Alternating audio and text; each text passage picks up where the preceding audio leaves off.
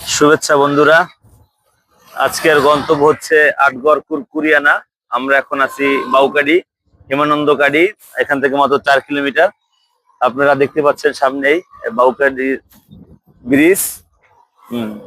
তো আমরা এখান থেকে সরাসরি চলে যাব হচ্ছে আটগড় কুরিয়ানা। এর আগে যাব আমরা ভীমরুলি। আজকে যেহেতু শুক্রবার, আবহাওয়া অনেক ভালো, বৃষ্টি বৃষ্টি ভাব। তবু আমরা সবাই বৃষ্টিকে উপেক্ষা করে যাচ্ছি আটগড় কুরিয়ানার দিকে। আমাদের সাথে থাকবেন। যদিও রাস্তাটা খুবই সৌন্দর্য, নদীর পার রাস্তা দিয়ে যাচ্ছি আমরা। আমার সাথে আছে আমাদের হাজী সাহেব মোহাম্মদ সাইফুল ইসলাম। তো আমরা একসাথে মিঠুন স্যারের গাড়ি বুক করা হয়েছে আমার 15 দিন আগে। তার পিছনে উঠবো বলে সবাই তো অন্য লোকজনরা অন্য গাড়িতে যায়নি কেন। ধন্যবাদ হাজী সাহেবকে আমার সাথে পেয়ে খুবই ভালো লাগলো। হাজী সাহেবের মোবাইল বাজে, ফোন ধরবেন হাজী সাহেব। তো যাই হোক, আপনারা আমাদের সাথে থাকেন।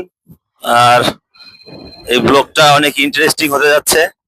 আপনারা দেখতে পাচ্ছেন আটগড় কুরিয়ানা ভীমরুলির পেয়ারা বাগানের নদীর পালে লেক ভিউ রোড, যেটা আসলে খুবই মনোমুগ্ধকর।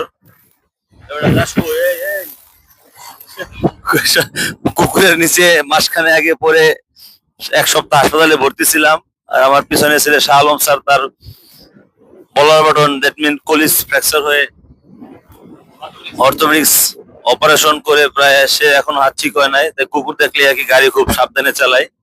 তো সবাইকে অনুরোধ থাকবে যে কুকুর দেখলে আপনারা সাবধানে গাড়ি চালাবেন। আর একটি কথা, আমরা নতুন ব্লগ করতেছি। যদি আমাদের ব্লগ ভালো লাগে তো অবশ্যই আমাদের চ্যানেলটিকে লাইক, কমেন্ট এবং শেয়ার করে পাশে থাকবেন। নদীর পাড়ের দৃশ্য সত্যিই খুব অসাধারণ, যা আসলে ভাষায় বোঝানো যাবে না। কি বলেন হাজী সাহেব? ইনশাআল্লাহ, আলহামদুলিল্লাহ। হাজী সাহেব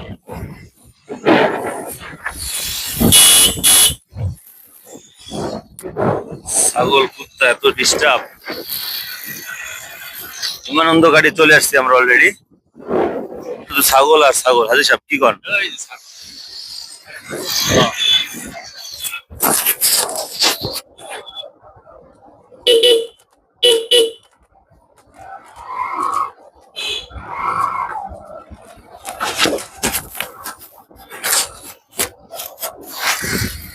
গ্রামের আঁকা বাঁকা রাস্তায় আসলে গাড়ি চালানো খুব কঠিন।